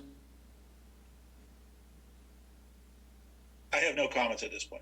All right. I think we're ready for a motion. If somebody would like to offer one. I'll make a motion to approve resolution of the City Council of the City of Clear Lake adopting the project list for submission to the California Transportation Committee for funding under the provisions of SB1 and RMRA. That would be 2020-16 resolution. Resolution number 20-16. Motion has been made by Vice Mayor Slotin and seconded by Council Member Overton. Madam Clerk, may we have a roll call? Councilmember Overton? Aye. Councilmember Purdock? Aye. Councilmember Harris? Aye. Vice Mayor Slutin? Aye. Mayor Kramer? Aye. Motion passes. Moving on to item number 11. First reading of ordinance number 240-2020, commercial cannabis regulatory permit suspension, revocation, and appeal process, and corrections to ordinance number 229-2019. Is this City Clerk Swanson, are you handling this according to what I'm reading? I think Mr. Jones is going to handle this one. Ah, Just know what it says here. Yes, thank you. Good evening, everyone. Again, I wanted to give you a brief staff report on this item. I would consider this a cleanup of the commercial cannabis ordinance that council had previously drafted. This had come to the council's attention a few meetings ago, and the council did give staff direction that the hearing officer for revocation and suspension of permits would go through City Manager Flora as opposed to the City Council. And so this ordinance reflects that. It also, we realized in going over there was a minor typo, and then also some inconsistencies with regard to what that due process appeals hearing would look like. And so we added language that we borrowed a little bit from our dispensary ordinance with regard to that appellate hearing. And we think it's this now strikes the right balance and provides people the right amount of due process and also in an efficient way for the city. So if there are any questions, happy to answer them, but not a lot of substantive changes to this ordinance, to be honest. Thank you, Mr. Jones. Questions, Council Member Purdock? No. Council Member Harris? No. Council Member Overton? Vice Mayor Slotin? I have no comments on this. And I have no questions. Madam Clerk, are there any public comment? There's no public comment, Mr. Mayor. No public comment. We'll bring it back to council. Any final comments, Council Member Purdock? No. Council Member Harris? No. Council Member Overton? No. And Mayor Slotin? No comment. We'll now entertain a motion. Mr. Mayor, I'd like to make a motion to hold first reading of ordinance number 240-2020, an ordinance amending Chapter 5, Section 5-25 of the Clear Lake Municipal Code relating to commercial cannabis regulatory permits and establishing an appeal process for suspension or revocation of a permit, and amending a typographical error in ordinance number 229-2019. Read it by title only, waive further reading, and set second reading for adoption May 7th, 2020. And the title, an ordinance amending Chapter 5, Section 5-25 of the Clear Lake Municipal Code relating to commercial cannabis regulatory permits and establishing an appeal process, suspension and revocation of permit, and amending a typographical error in ordinance number 229-2019. Second. Motion has been made by Council Member Harris and seconded by Council Member Overton. Madam Clerk, may we have a roll call? Councilmember Overton? Aye. Councilmember Harris? Aye. Councilmember Purdock? Aye. Vice Mayor Slutin? Aye. And Mayor Kramer? Aye. Motion passes. All right. Moving right along to next up, City Manager report. Thank you, Mr. Mayor. So, a few things related to COVID. As far as I know, the county is still holding at 6 cases unless the health department released some new information this afternoon and had a chance to look at. The main thing I wanted to talk about is the financial impact that is likely to be felt. So the League of Cities hosted a webinar today with Michael Coleman, who's kind of the league's financial expert, and provide a little bit of information. It sounds like that, this is they had some discussion about comparing this to other economic downturns or recessions. In this case, it's certainly been a quicker impact than other times. Unemployment numbers already have greatly surpassed the Great Recession numbers in a much shorter period of time. Some things that are a little more positive, perhaps, the state is in a much better fiscal position than at that time. There are some stronger protections on local revenues now, and most of us are less dependent on state funds than at that time. However, the impact on sales tax and TOT in particular are likely to be pretty dramatic. The reduction in travel is probably going to greatly reduce the transportation funding that we have available through SB1 and our regular HUDA taxes. And so there's a lot of folks that are working on some projections on that. We'll see what happens there. But so far, the current quarter across the state, they're seeing 30 to 37% decline in current quarter sales tax receipts. Of course, there's a lot of nuances to that. Online sales are up. As I mentioned, fuel sales are down. Auto sales are negligible at all. And then, there is more activity at grocery stores because people are eating at home rather than eating at restaurants. Of course, one of the negatives from a sales tax perspective of that is that a lot of the food at grocery stores actually isn't taxable. So it's taxable if it's been processed or cooked in some way. And so we'll see how that plays out. TOT, 80 to 90% decline in TOT receipts. This hopefully is going to be more of a temporary decline than perhaps what we're going to see in sales tax, but it is a concern, of course, that depending on how long this drags on, and then it could take a significant period of time for travelers to feel comfortable traveling again. Some folks are just going to want to get out and get around a little bit once the shelter-in-place order is pulled back, but there's also likely to be some apprehension from folks about traveling around. There's a lot of other revenues like business licenses and things like that. We're likely to see some decline.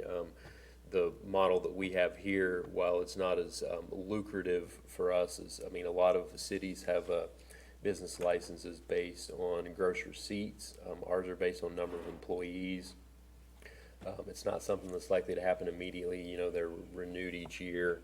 I don't expect that to be a big issue for us, although we will likely see some decline. So besides the fact that there's just less taxable sales in a lot of sectors, we mentioned at the last meeting that the governor did approve a couple of programs related to sales tax that are supposed to help small businesses, one being a 90-day extension for businesses with less than $1 million in sales. For them, actually, it's 90 days that they don't have to file their receipts at all. And then businesses less than $5 million in taxable sales have a 12-month deferral of their taxes up to $50,000. And there's been a lot of question. You may have seen some stuff about this, about whether the state actually has the authority to do this. At this time, the folks at the state and the league believe it is within their authority to defer them. And there's been some misleading information on this, but as of today, it's the opinion that this includes both our 1% Bradley Burns discretionary sales tax receipts as well as all add-on transaction and use taxes, which includes Measure V and Measure P both. And so, that's something that we were hoping at least those revenue sources would be safe from deferral, but at this time they're not. They're expecting this to be between a $300 and $500 million statewide impact to local government. So, it's intended to be a delay in receiving revenue, not a loss of revenue. However, they acknowledge that for small businesses that perhaps may go bankrupt during this time, which we can expect that there's going to be some of them. There is at this point no known way to collect on those deferred receipts, and so then that would be a loss both to the state and local government.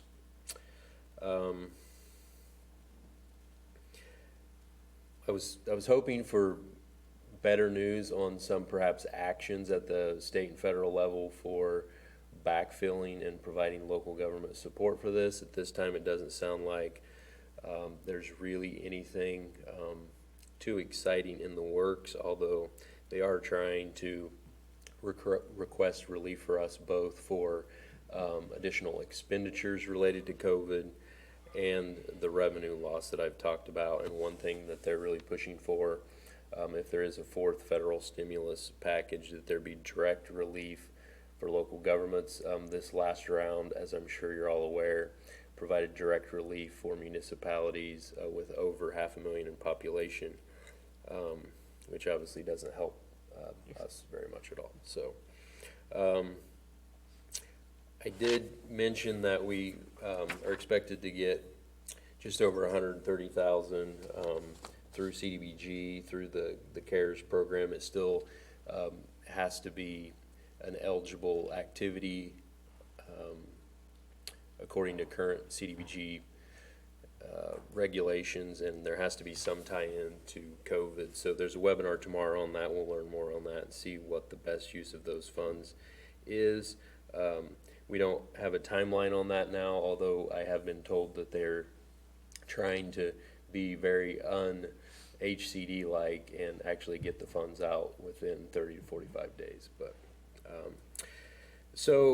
I've asked for some projections from HDL, our sales tax consultant. They are putting some things together for their clients. I haven't received anything back yet, but I made some assumptions based on our sales tax producers here in the city, and I believe that we're likely this fiscal year to see a total general fund impact of about $538,000 in lost revenue, either due to a reduction in activity or a deferral of taxes, and then somewhere around near $500,000 in the next fiscal year, and that's just based on my assumptions on how long this crisis may last. So, take those with a little bit of a grain of salt, but that is close to 20% of our general fund. And so there's a number of options available to us. We're obviously checking into, in some ways, it's likely to be a cash flow issue more than a complete loss of revenue. So we're going to have some mechanisms in place. We don't really have a level of reserves that are likely to sustain us, but we are allowed to use funding from our special revenue funds for cash flow purposes, as long as it doesn't extend across fiscal years. And so that's something that we'd be looking at. For example, our Series A and Series B funds, there's several $1 million between the two of those that we could use if we had to. And this is something that is continually developing, but at the current time, we're really trying to pare down any expenditures that we don't need to make now. We have basically frozen filling new positions, with the exception of some in the police department that we feel are essential. We're currently down 3 police officers. We have some folks that are in the hiring process now, and so I think it's critical that we try to pick up as many of those folks as we can. But at this time, we've frozen our Measure V projects that were approved. We are working with our contractor to see how long they're going to hold out on the prices that they gave us, and making a number of corrections. We're in a situation too where, as you recall from a discussion a while back, that our dump truck and water truck are no longer CARB compliant this year, and so Our Public Works Director has been working on plans to replace those. I told him, you got to find a lease. I mean, it's something that if we don't have that equipment, we won't be able to do any road grading this year. And so that's something they're working on and bringing, hopefully we may be bringing that forward at the special meeting on the 27th if everything comes together like that. But we really need to do anything we can to keep cash available right now and not make expenditures that we really don't have to make. So I don't know if the council has any questions on that, but I wanted to kind of throw at you what I know at this point. And of course, it's something that worries me more than anything else right now in making sure that we're able to maintain some adequate level of service to the community during a time that's obviously very difficult for everyone. But you know, now I know you asked for questions. I just would caution council, you know, with Brown, this wasn't on the agenda. If you have you know, maybe comments you want to make related to it, but we can't really have a discussion about how to expend or not spend, that kind of thing. of course, yeah. I would like a question perhaps better addressed to Chief White, and how, what's the impact been on your officers, or what has there been an uptick in any particular crime, or what's been the results of the last month and a half?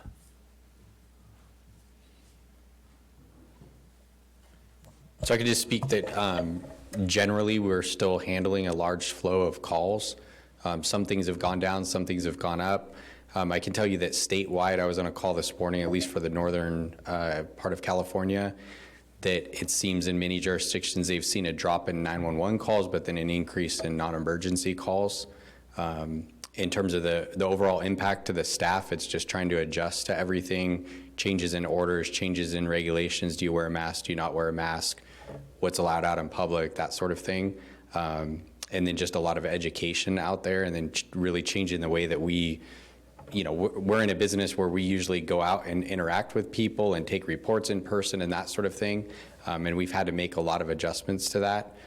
But our overall focus has been maintaining the public safety and, you know, ensuring that when people need a police officer, they get a police officer. So in some respects, it's almost transparent to the public side, but on our side, we've had to do a lot of things. The other part is getting PPE equipment has been a challenge. Fortunately, we took steps very early on to equip our officers, so that's actually worked out as things have adjusted. We've had a sufficient supply of equipment, and we've been closely coordinating with the fire department as well. So that's kind of the snapshot. Still more educating, or are you getting resistance that's resulting in citations? We've issued a lot of citations, but I would say that we're getting, you know, especially from the business side, I think in there, it was just people trying to understand under the various changing regulations what was allowed, what wasn't allowed. And I would say the vast majority of people are cooperative. You know, we do get some feedback about asking, you know, whether we're enforcing certain things because people see people out and about.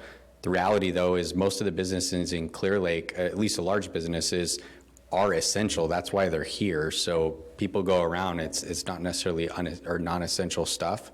But when there are violations or repeat violators, obviously we take the action under the municipal code to enforce that. So tell me, what would somebody get a citation for? I mean, a personal person and compared to the business. What is there a? So no. I think that's the confusion, is nobody knows what they're going to get a citation for. I've been asked that, and I don't really know what to. They just follow the health officer's orders, then they won't have an issue. So primarily we see things like individuals deciding to go out and commit crimes in the community, which isn't essential travel or essential business. Individuals who have been, like one example was in front of Safeway. They decided to loiter in front of there, even though they have a home. They had no business going on there. They just didn't want to follow rules. They ripped off Safeway. We told them to leave, went back the second day, and so they got a citation. We've had some, I think one issue with some juveniles that were out and about. So mostly that sort of thing. I think the idea of people thinking they're going to be, you know, driving to take care of some essential business and the police are waiting to jump out and snatch them is completely misplaced. That's not happening. We aren't pulling people over to determine where they're going or what they're doing. We still follow the United States Constitution with regards to that. So if somebody wants to go out and go for a walk down the street and back for exercise, can they do that if they're by themselves, or? Under the current health officer's order, yes, you can. Because that's some of the questions that I've been asked, and I As just long really. as you maintain social distance. Yeah, social okay. distancing is the That's big kind of what thing. I've been saying, but I thought, well, maybe I better, maybe it's good to just clarify it. Yeah, myself, when I've been out in the community, for the most part, I see people either, strictly complying, or you can tell they're trying to do their best. But I mean, it's hard in a grocery store. You walk by and somebody moves, but you see people moving around and doing the COVID dance, I guess you could call it, social COVID distance there dance. you go. So, okay, great, thank you. You're welcome. No, I think the chief did a fine impromptu report, Mayor. So, nothing else on that, just one final thing. I just wanted a little bit of good news. The park project is still coming along fairly well. The water pumps will be installed next week. They were hoping to start the hydro seeding in the park today. There were a couple delays on that, but they're expecting to start at the beginning of next week. The shade structures, band shell should all be arriving next week. I think the benches and things as well. So we aren't going to be able to open the park probably by May 15th, but it'll be close to being done by then anyway. So that's my report.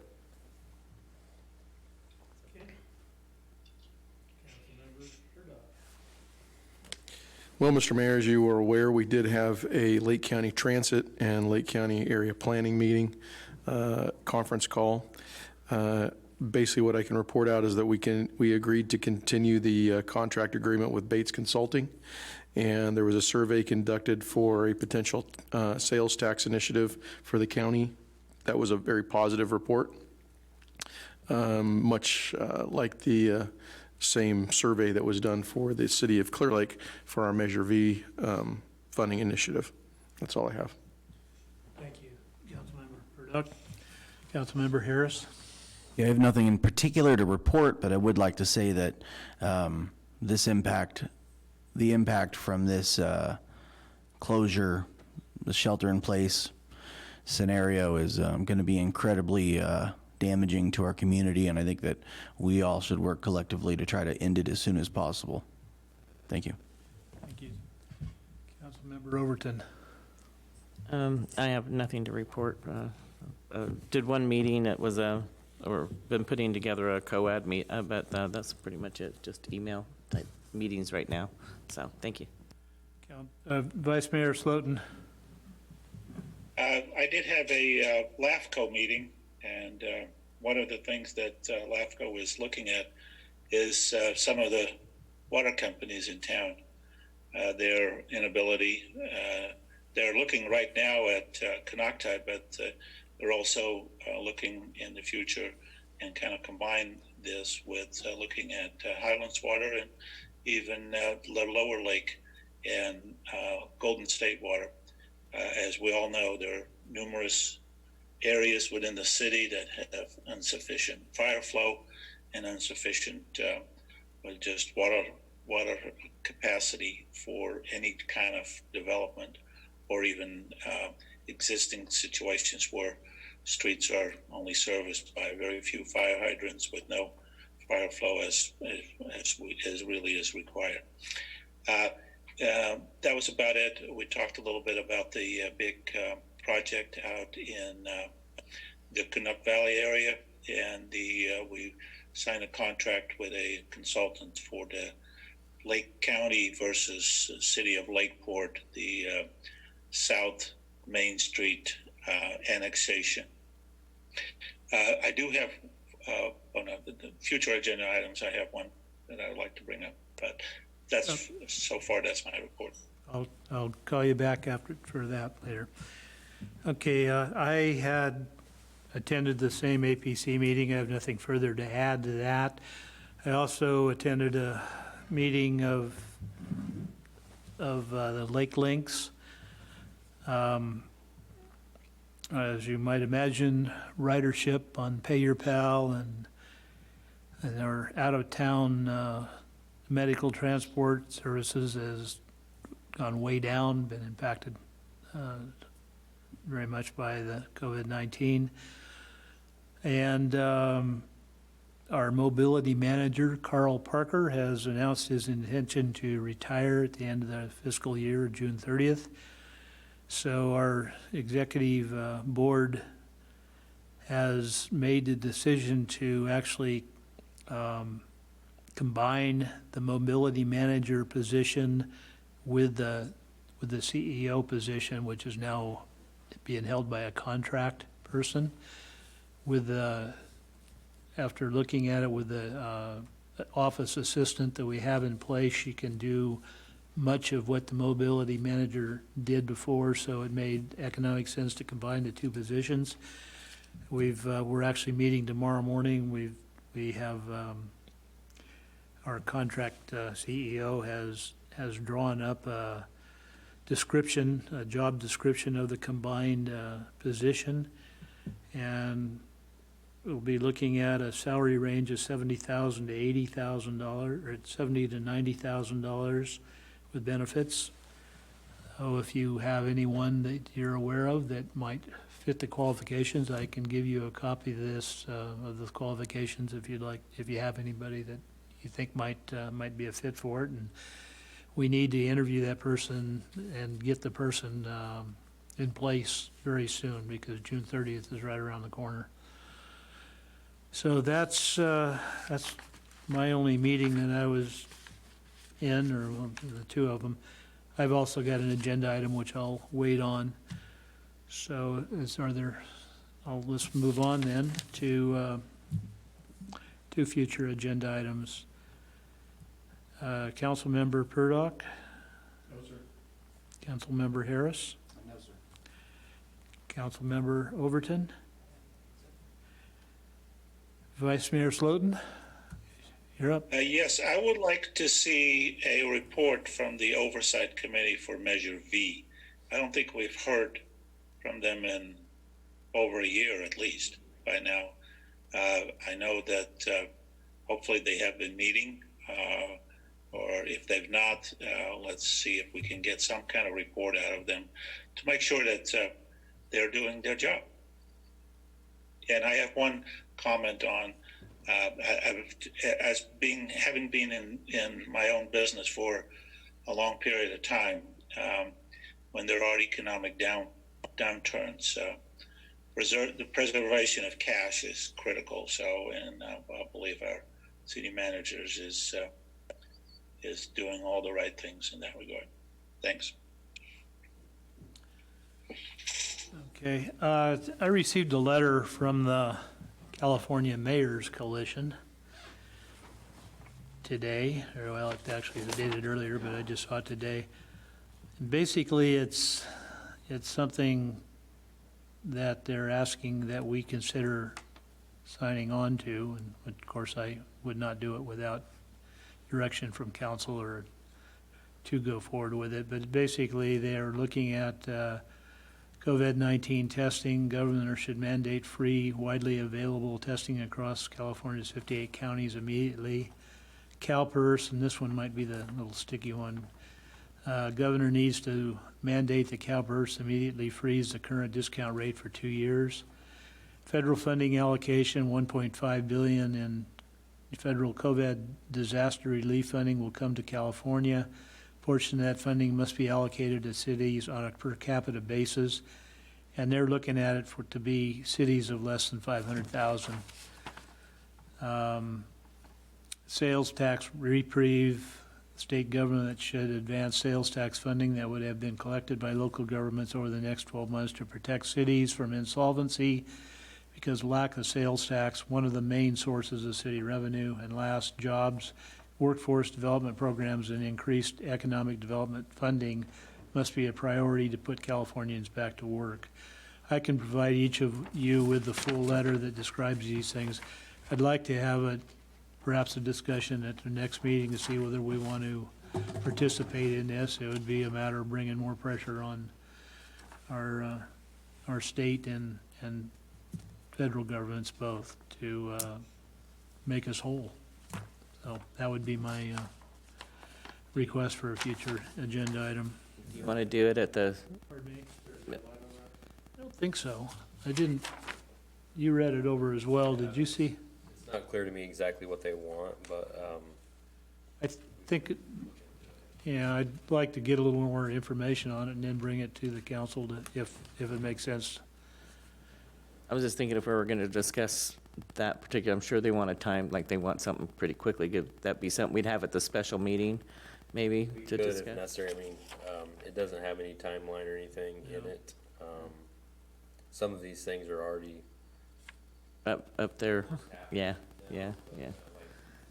Senator Harris has signed on to a bill, the federal funding allocation that would provide funding to smaller cities on a per capita basis and things like that. But we'll look and, you know, any way we can provide additional support to the movement would probably be helpful.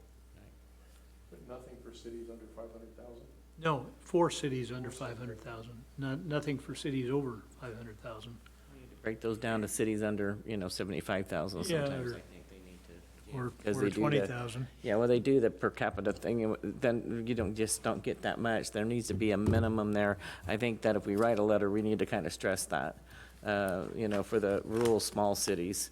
I mean, Senator Harris's bill is proposing 250 billion be allocated to cities under 500,000 on a per capita basis. And we'll still not get anything. Tried doing a little calculations, but it's a little hard to get the total numbers. See, if we were going to do something, I think that we should contact her since it's her bill, send a letter to her and saying, can we have this broke down to something more like, at least a section of a minimum of how much a small city can get that's a rural city. Maybe talk to our assemblywoman or something like that and say, there needs to be a breakdown for smaller rural cities. So if we're going to do something, let's just do something that's, maybe they'll see or listen. I'll go ahead and get a little bit more information, background on this, that it'd be, if we can discuss it perhaps as an agenda item, or this and other things that are out there for that matter. Yeah, I mean, I think the policy that we have, the mayor can send letters and then have, if it's time sensitive, and have them ratified by the council at a later time. So if necessary, we can do that. All righty, so there's no other business or future agenda. Well, thank you, everyone who took time to submit their comments, and to those who are still watching our meeting on YouTube. There being no further business, the council, we're now adjourned at 8:10.